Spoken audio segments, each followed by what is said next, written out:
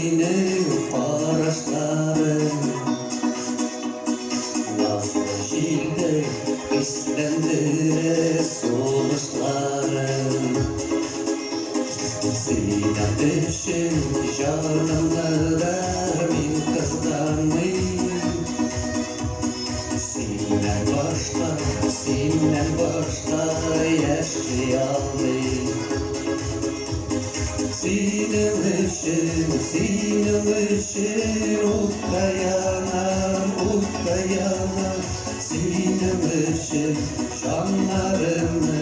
soğuğa salar Senin için jarlayım Senin için gökten yıldızımı ağlar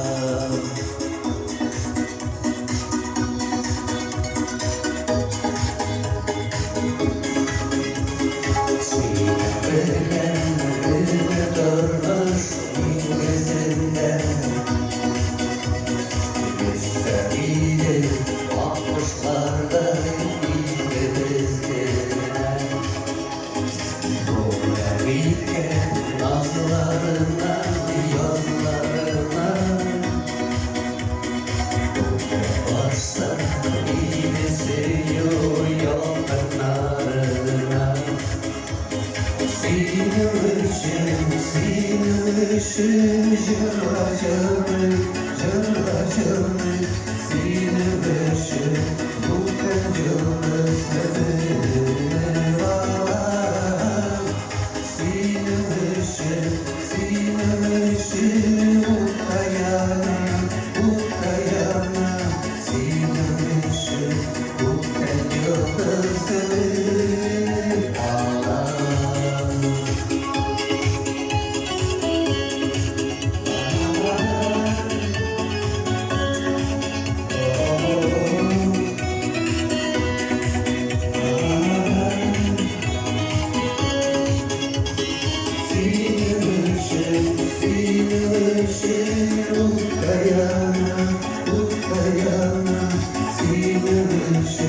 Canlarımı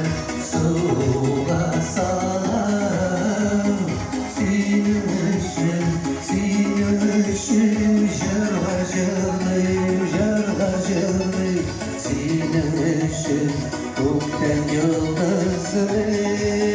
ağlar Senin için gökten yıldızını ağlar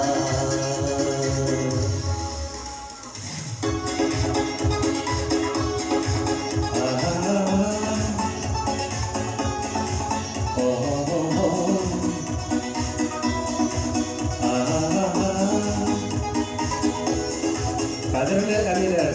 sizni bayramingiz bilan qaynar qutlayman.